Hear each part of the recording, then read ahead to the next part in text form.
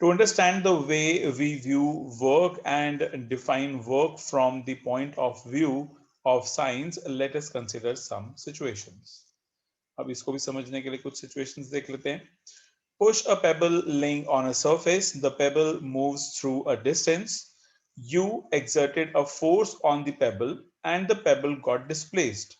In this situation, work is done. A girl pulls a trolley and the trolley moves through a distance. The girl has exerted a force on the trolley and it is displaced. Therefore, work is done. Lift a book through a height. Do this, you must apply a force. The book rises up. There is a force applied on the book and the book has moved. Hence, work is done. A closer look at the above situations reveals that two conditions need to be satisfied to be done. Satisfied for work to be done. First, a force should act on an object. एक force जो है वो एक object में act करना चाहिए. And second, the object must be displaced. ठीक है. और जो ऑब्जेक्ट है उसे हमें डिस्प्लेस भी करना होता है. देख लेते हैं. यहां देखो, अगर हम बात करते हैं पेबल वाली सिचुएशन में, तो हमने क्या किया, हमने फोर्स लगाया पेबल पे और मूव क्या किया, पेबल. ठीक है. गर्ल ने फोर्स लगाया ट्रॉली पे एंड मूव क्या हुई, ट्रॉली.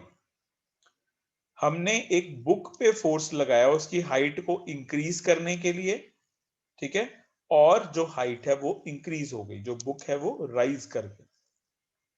सो तीनों ही केसेस में हमने एक फोर्स भी लगाया है और हमने उसकी डिस्प्लेसमेंट भी की है. If any one of the if any one of the above conditions does not exist, work is not done. This is the way we view work in science. अगर ऊपर की कंडीशन में फोर्स या फिर जो डिस्प्लेसमेंट है वो ना हुआ होता तो हम बिल्कुल यही कहते कि वर्क इज नॉट डन. ठीक है. लेकिन ऊपर के जितने भी केसेस है सब में फोर्स भी लगा है और साथ ही साथ डिस्प्लेसमेंट भी हुई है. A bullock is pulling a cart. The cart moves. There is a force on the cart and the cart has moved. Do you think that the work is done in this situation? एक जो bullock है वो cart को पुल कर रहा है.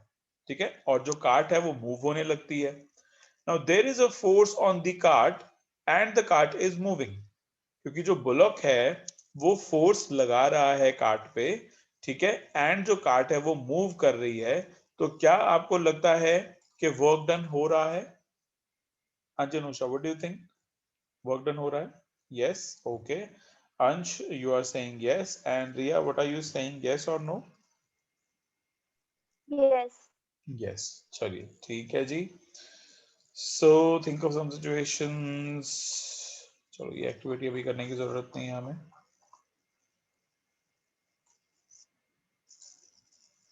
Okay. अब इसके बाद हम पढ़ेंगे work done by a constant force. लेकिन उससे पहले जो ये वाला पार्ट है ये आप एक बार अपने आप ही पढ़ लो. ठीक है. क्योंकि इसी पे बेस्ड आगे की बहुत सारी एक्टिविटीज होने वाली है. ठीक है. सो इसलिए आप इस चीज को एक बार अच्छे से समझ लो कि वर्क को करने के लिए फोर्स एंड डिस्प्लेसमेंट का होना बहुत जरूरी है. ठीक है. पढ़ो एक बार, 2 मिनट्स ले लो. ठीक है. एंड देन हम नेक्स्ट पार्ट स्टार्ट करेंगे.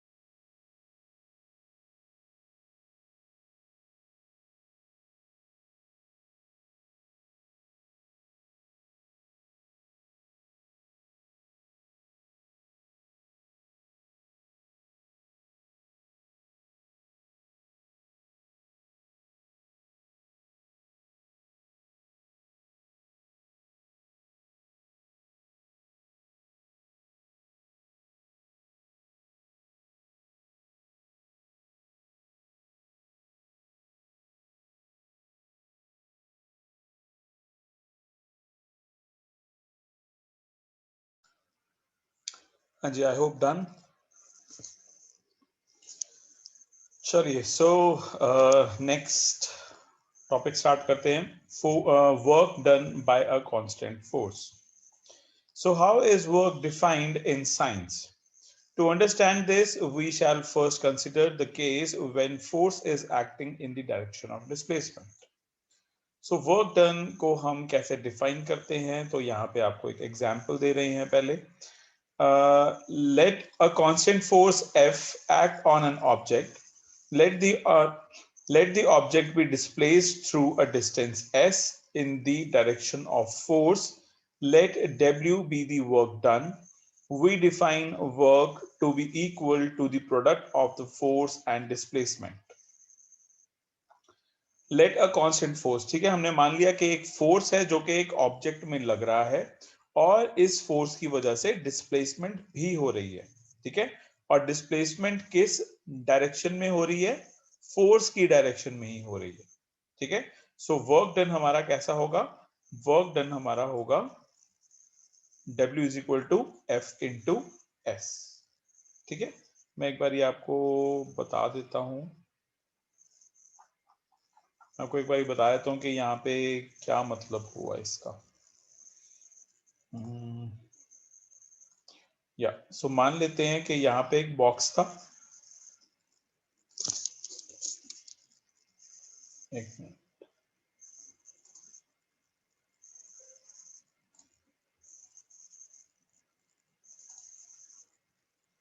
या सो मान लेते हैं कि यहाँ पे एक बॉक्स था। ठीक है, और हमने जो फोर्स है, हमने जो फोर्स है एफ,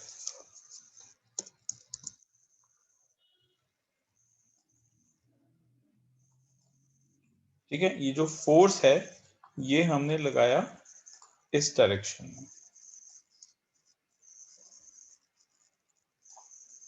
ठीक है, और जो हमारा एस है, ठीक है, जैसे कि यहाँ पे आपको ये दिया हुआ है, ये जो एस है ये भी हमारा इसी डायरेक्शन में है।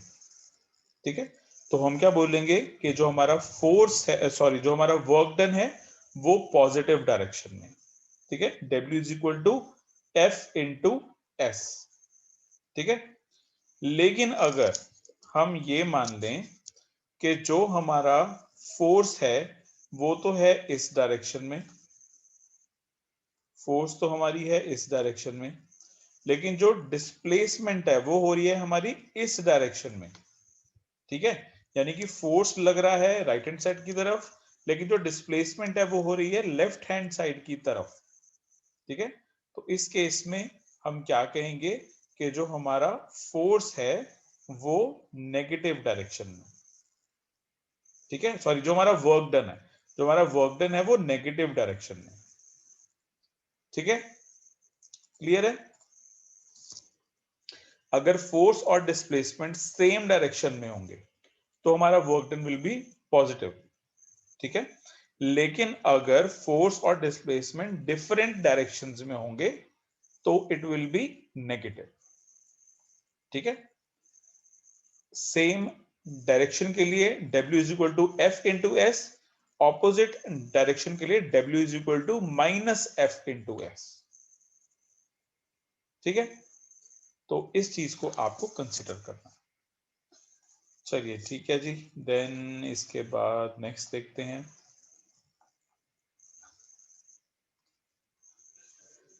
Thus, work done by a force acting on an object is equal to the magnitude of the force multiplied by the distance moved in the direction of the force. Work has only magnitude, no direction. ठीक है, work जो है वो एक scalar quantity है, work में magnitude जरूर होता है लेकिन कोई भी डायरेक्शन नहीं होती है। ठीक है, एंड वर्क डन जो है वो F इंटू एस होता है, यानी कि फोर्स मल्टीप्लाइड बाय डिस्प्लेसमेंट होता है। In equation 11.1, if F is 1 Newton and S is 1 meter, then the work done by the force will be 1 Newton meter.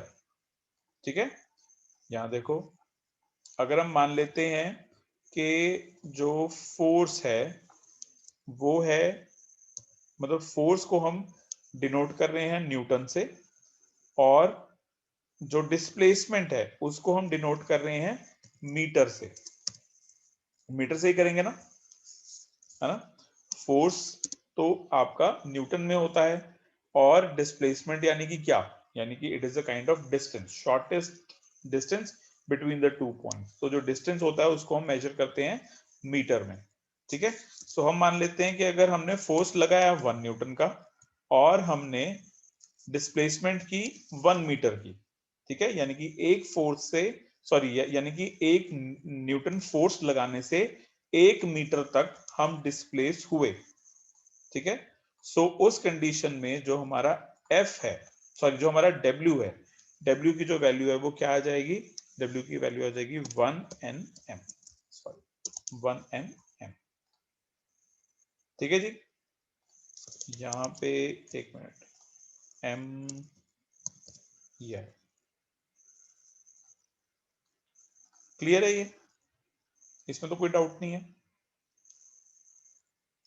हाँ जी लिया, नो डाउट, चलिए ठीक है जी। सो नेक्स्ट करते हैं।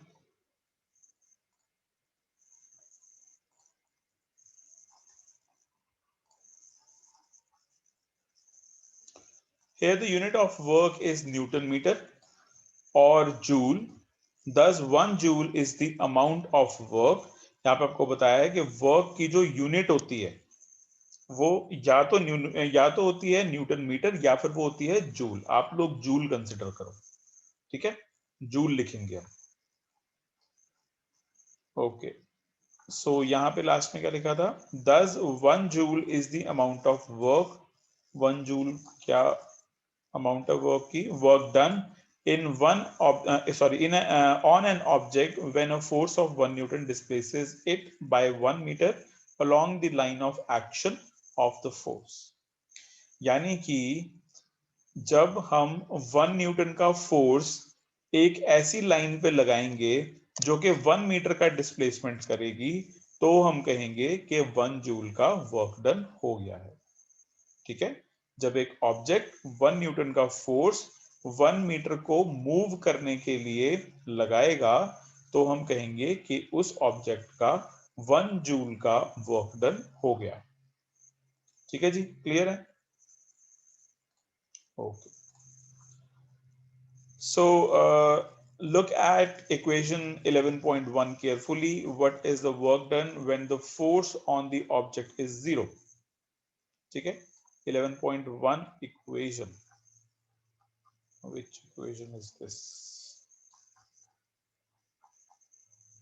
या ठीक है, ये हमारे पास 11.1 equation, W is equal to f into s, ठीक है। सो यहाँ पे अब हमें क्या करना है, what is the work done when the force of an object is 0। अगर W is equal to f into s में F 0 हो जाए, सो रिया आप मुझे बताओगे तो वर्क डन की जो वैल्यू है वो क्या आएगी। So can you repeat? या अगर W is equal to f into s में F की वैल्यू 0 हो जाए, सो W की वैल्यू क्या आएगी, 0. 0, ठीक है जी, good. Then what would be the work done when the displacement of the object is 0? हाँ जी Anusha, W is equal to F into S में S को अगर 0 कर दें तो W की वैल्यू क्या होगी, 0 of course। 0, ठीक है जी, fine. Refer to the conditions that are to be satisfied to say that work is done, ठीक है जी। चलिए अब इसके बाद कुछ एग्जाम्पल्स हैं, अच्छा एक एग्जाम्पल है एंड देन उसके बाद एक न्यूमेरिकल है। चलिए कोई बात नहीं है, तो हम कल करेंगे। सो अभी फिलहाल के लिए आप लोगों को मैंने जितना पढ़ाया है वो आप पढ़ो यहाँ से, work done by a constant force, ठीक है। एंड आज का लेक्चर हमारा इतना ही है, तो एक बार ये आप लोग पढ़ लो एंड कोई डाउट है तो मुझे बताओ।